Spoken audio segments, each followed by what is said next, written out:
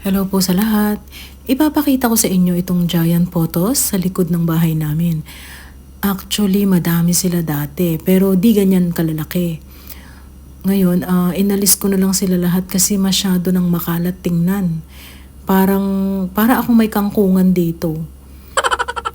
At yan, tumubo yan kahit di naman siya nakatanim.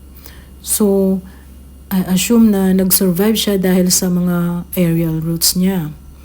At ngayon, kailangan ko na siyang alisin dahil sagad na siya sa kisame.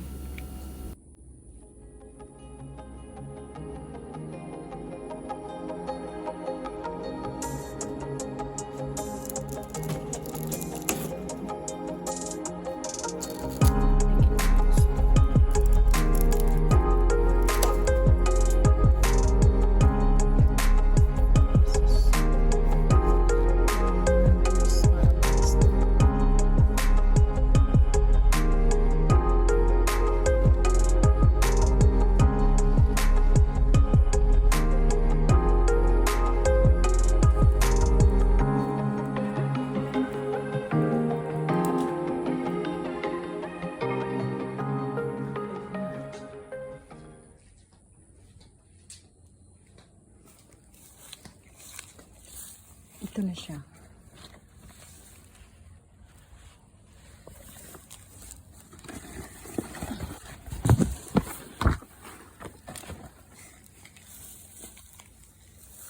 Laki.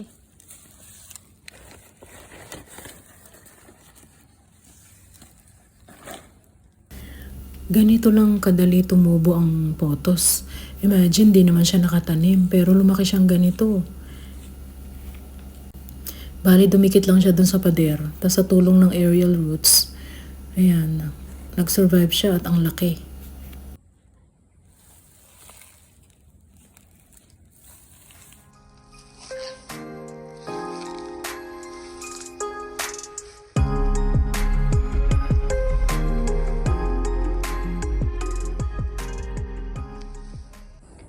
Ayan, nilagay ko muna siya sa bakod.